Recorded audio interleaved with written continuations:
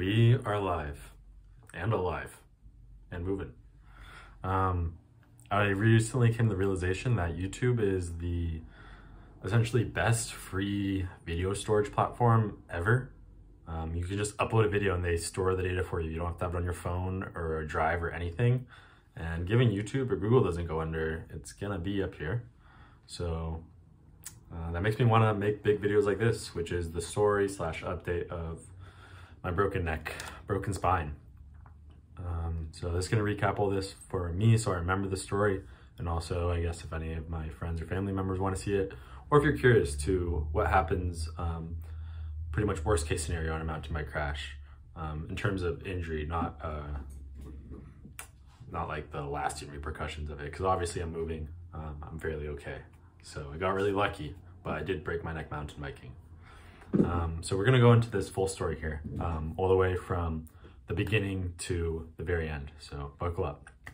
Essentially, ever since I started working at Epicenter Cycling, fell in love with mountain biking. It's just been like a really great sport for me because I love motocross and it sort of has a lot of the same attributes of that. And then I love fitness, so then I love the fitness aspect of the sport. I had a really great race season with UCSC, and since then I wanted to sort of up my game because I haven't been competitive with any of my action sports in my life.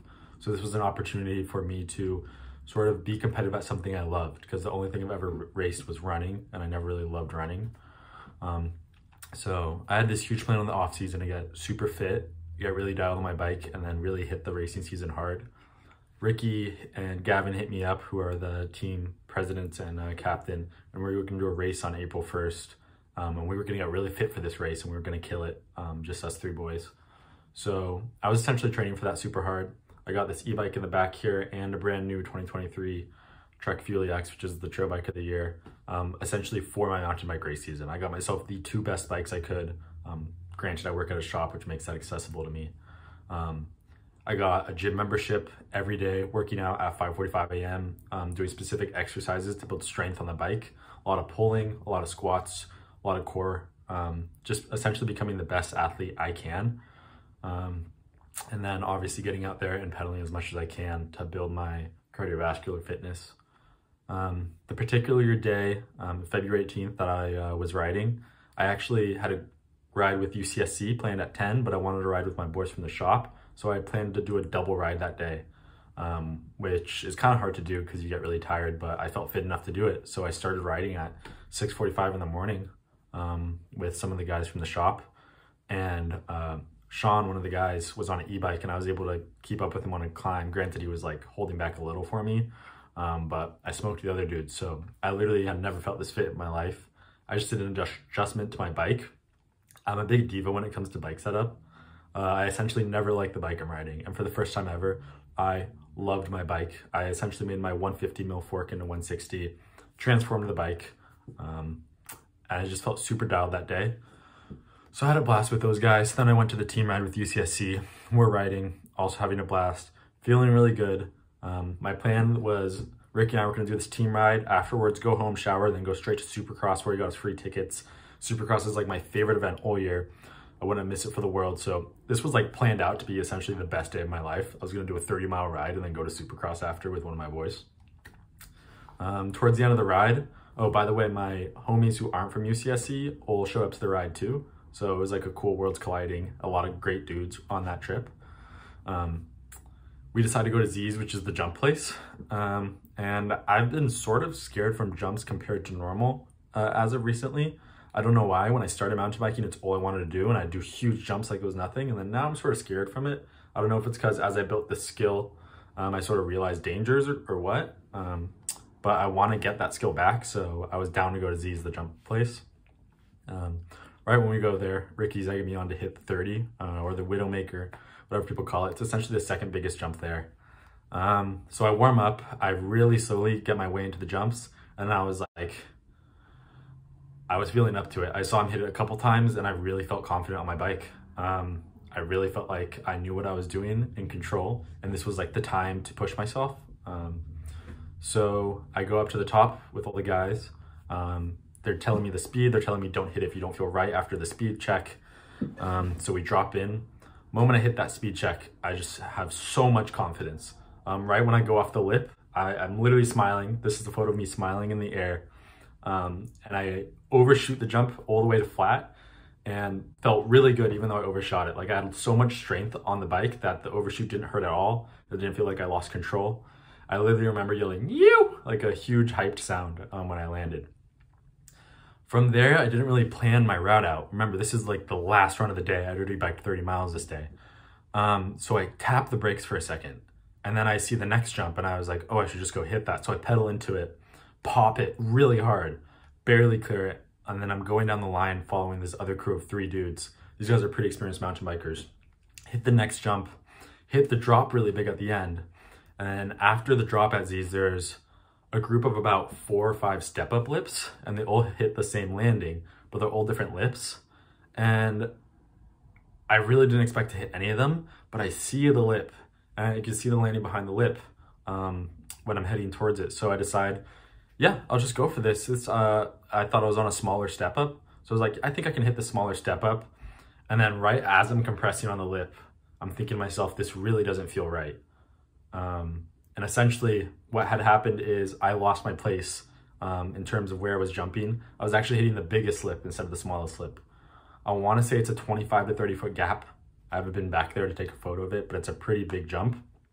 And I compressed really hard on the lip, and I also popped because that's naturally what I was going to do because I thought I was on the smaller jump. Instantly, just huge endo. In the air, I keep thinking to myself, oh, I'm going to nose case and go straight to my face, except I see the landing go right under me and I'm still flying. So that's when I know it's bad. Bike gets ripped out of my hands and I land on my head. Huge impact. Instantly in my head, I was just thinking, ouch, this is a bad one. Like I recognized it was a bad crash, but at the same time, I did feel like, I didn't feel like anything snap, nothing break. Like I didn't feel anything initial except the bike hitting my balls really hard. I'm laying on the ground for the first few seconds. And after maybe a couple seconds, instantly notice I need to poop really bad because the bike hit me like right in between my legs. And I'd never felt this before, but I was telling everyone, I was rolling on the ground saying, guys, I'm gonna poop right now. I'm gonna poop, like get away. Because I didn't want my friends to watch me just poop my pants right there. And they're like, dude, you gotta stop moving. And I didn't really know what they meant. Like I knew I hit my head, but I didn't think like that was the worry. I hit my shoulder really hard too. Right then, after like the urge to poop stops, this guy, I'm in a lot of pain, but this guy goes to hit like the same jump, and he's gonna like land on me. So everyone's screaming, stop, stop, stop. And at the last second, he jumps off his bike and he like crashes. That was a weird thing, like in the moment where like he almost jumped on me when I was laying there. And then I get up to my feet and people are like, you should probably sit down, but I wanted to get up to check myself. There was like a little blood in between my legs. It ended up just being from a cut, but that was pretty scary in the moment. And then I was like, okay, let's get out of here while the adrenaline's still going because my shoulder really hurts. That was my main concern, was how hard I hit my shoulder. I say, get a photo of me with the jump. This is the photo of me with the jump. And then I go to take a Snapchat and I notice blood all down my neck. And I was like, whoa, I totally smoked my neck. I didn't realize that. So I start turning it to try to get mobility out of it. And I was like, oh, that's gonna hurt tomorrow. I need to get out of the trails right now because I need to rest up. And I'm telling Ricky, like, we're going to Supercross tonight. It's gonna be sick. And I'm telling everyone like, no, like, I'm so glad I sent it. Like, it was a good ride. That was just a bad mistake on my part. And I'm probably pretty concussed. So I would definitely want to get out of the trails and get checked out. And I'm hiking my bike out of the trails and everyone's like, Nick, stop. Don't push your bike. And I'm like, guys, I'm fine. Let me push my bike. You know, I want to be independent. By the time I walk out of the Z's jump zone, my vision is starting to get a little weird. My main focal point is dark, and everything else around it is slightly blurry. But I start riding on the fire road because we've got to ride back to the trucks. And as I'm riding, the pain's really starting to set in a little. It was mainly my shoulder that was hurting, but also with every little bump, I felt like my vision was getting worse. Once I got on the bike, the vision changed. My focal point came back, but everything around it was like, as I was looking through a sort of kaleidoscope. Like light was coming in different colors and stuff. It felt really wrong. So I was talking with the boys. I was like, guys, I need to go get checked out. So Ricky agrees to drive me to urgent care. I had a homie take my bike back to the Epicenter shop. Ricky drives me to urgent care. And it's like in the car, I started noticing like, yeah, this probably isn't good. And Ricky was like, dude, I wonder if you broke your neck. And I was like starting to consider the whole neck thing. I was like, you know, I think this is a concussion thing. Get into urgent care, walk in. And I was like, they make you put a mask on. I'm just holding the mask like this. I'm like, I crashed my mountain bike pretty bad and I need help like right now. They essentially instantly take me in. They sit me down in a chair. They like asked me a few questions and she's like, okay. First thing she did to me after taking like my blood pressure was she touched the cervical like parts of my neck, like the bumps that stick out. She's like, tell me if either of these hurt. And I'm like the second to last one, I was like, yes, that one hurts. And she's like, okay, we're throwing you in a collar right now. They throw me in a cervical collar. And then she was like, we can't treat what you have here. You need to get like imaging fast, go to the ER. So I was like, okay, I'll go to the ER. And they're like, do you want a wheelchair? And I'm like, no, I'm a walk chair. And they're like, we want to put you in a wheelchair. I'm like, my friend's driving me to the ER. I'm gonna have to like walk. So Ricky drives me to the ER, and that was like a 25-minute drive. It was really long.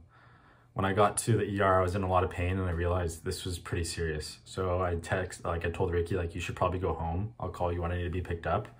And like going to Supercross is touch and go. That's what I said. And I remember thinking in my head, I was like, I just got to get in here. I got them to scan me so then I can get released in a couple hours and we can go to Supercross. Like I had this plan how I was going to make it out of here and go to Supercross.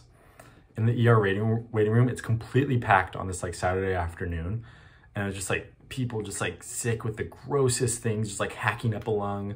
And I was just like, I did not want to be in there. I felt like I was going to catch something. Definitely one of the least welcoming places I felt. I was probably only waiting a total of 30 minutes because I was high priority. But even then, I was just sitting there in my neck brace. And that was like the moment where it really sunk in. And I felt really scared. I felt a lot of pain.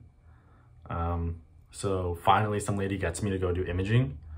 I get an x-ray standing up and they were trying to get my like collarbone, my shoulder, and my chest. They were really concerned about my chest for some reason, even though I told them I didn't hit my chest. And then I remember when they were trying to get the scan of my chest, they made me like stand up against this board where I had to put my neck up like that, and it hurt really bad.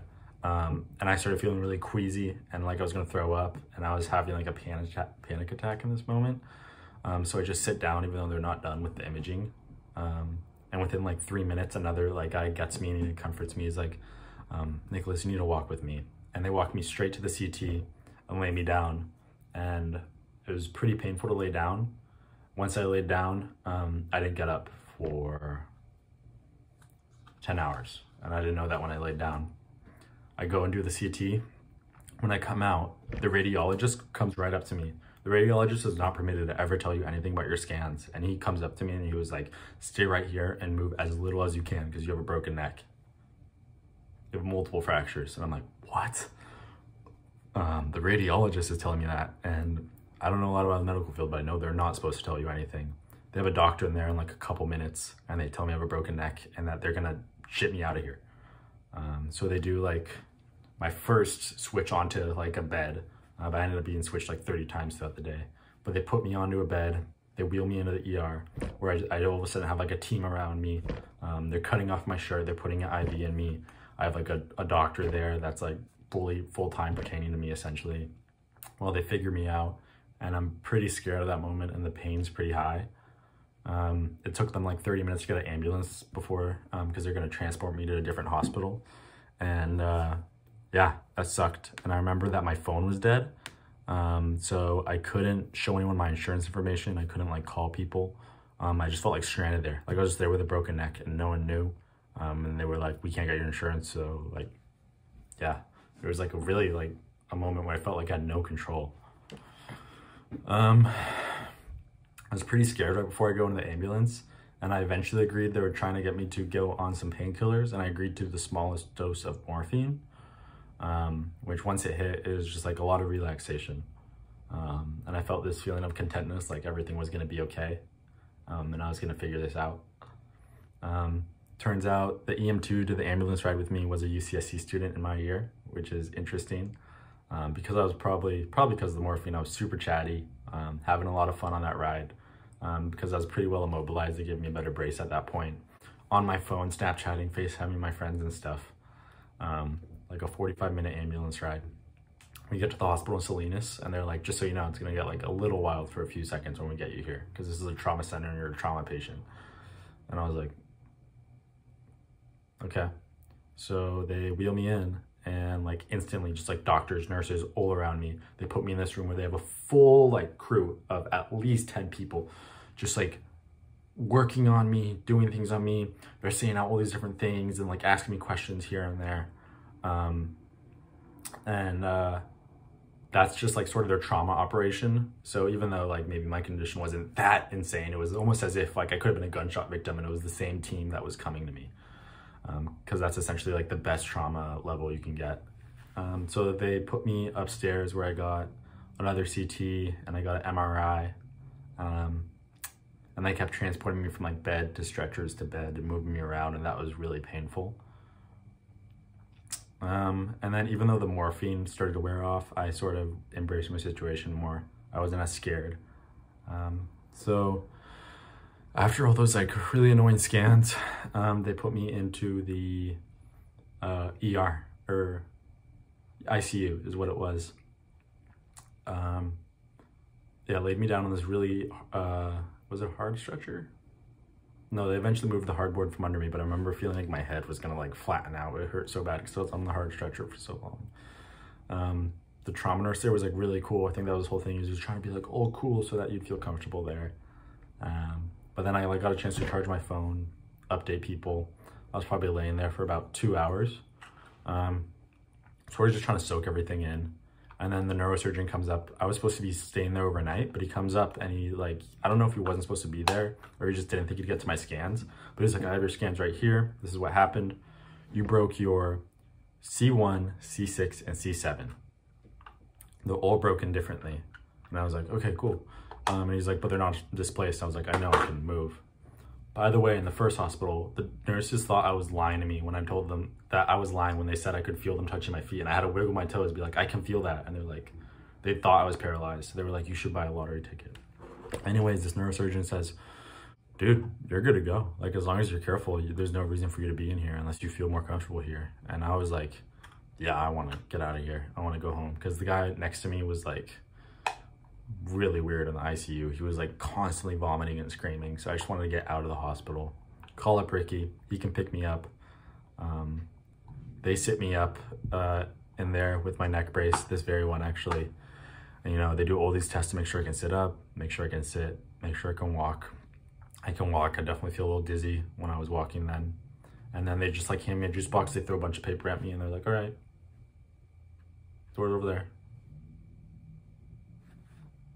I went from being like the center of the universe of doctors surrounding around me to be like, all right, see you, dude. Do you have any questions? And I was like, I guess not. Like, I didn't even know at the time. Ricky picks me up. We go to drive home. And I wanted to like be like, oh, I'm all good, Ricky, like, and have fun with him on the drive home. But I literally just like was in so much pain. The only thing that would like take me out of the pain was to go to sleep. So I was just like in a nap kind of trance state for the 45-minute drive home. And I just like pretty much go right to sleep that night. And my dad comes the next morning. The initial things that really hurt, the road rash was really, really uncomfortable, and the shoulder really hurt. But mainly that road rash. When they cleaned it out, they just went at it. They just like got a rag and they were just rubbing and rubbing and rubbing. So painful. And they only gave me ibuprofen and acetaminophen for the pain. Not that I would have wanted anything more powerful, but that stuff does nothing. And it took me like 4 days to get it anyways. So the first few days I was just fully embracing the pain. And yeah, the first couple nights, terrible sleep because I'm in a neck collar, and laying down and sitting up, the worst thing. Like, it was absolutely terrible. So much pain. And then eating was also really painful, and I wasn't really accustomed to it. I was not eating a lot the first few days. And then later in that week, I ended up going over to my dad's place so they can keep a better eye on me. The sleep gets a little better, moving around gets a little better, and so does like the pain. I was able to start my schoolwork again, which was good. Still not so much of an appetite, but doing my best. So the first week was all pretty much that. And then on the second week, the road rash pain, like within a couple days after like the first week mark, went away, which was really nice because it was really aggravating having the neck brace pressing on the road rash. But the second week, I was trying to take things slow, see what I could do with my life. I'd wear this collar really tight, and things like still hurt. Wearing a backpack hurt, walking around hurt, driving in a car was really scary and it really hurt. And then my sleep was really good. I'd actually nap throughout the day, which I've never napped in my life, and then sleep like 9 hours. So I knew I was getting the right amount of rest. And then up to 2 weeks after the accident, which is just this past weekend, at the 2 weeks mark, I was like, okay, I feel like me again. Like my shoulder isn't bothering me anymore. I was no longer getting pain in the joints of my neck. I was getting just some muscle spasms. Road rash pretty much completely healed. Just the skin's aggravated because of the brace, really. It's like fresh skin with the brace. I can't really figure out the balance between that. And then now we're 2.5 weeks in, and I feel like every day after the first week, it's just been leaps and bounds. And at this point, I feel like a healthy person in a neck brace. And I know I have more healing to do and I need to be careful, but I also feel like at a point, this could maybe, like, I could wear this for too long. Like, I wish there was a way I could ease into this, like get a little bit of movement now, but obviously not a lot. So I could start rebuilding strength in my neck, re-getting that blood flow, because I can tell my neck's atrophying really fast right now, especially because I was like going from the fittest, healthiest person of my life. That being said, they give me 6 weeks in the neck brace. The majority of people with this injury are old people. So I feel like 6 weeks is a really big number for a 21-year-old male who's the fittest he ever has been in his whole life and has his diet dialed and like is Wolverine. Like, I always heal super fast. So essentially I've been calling around all these hospitals.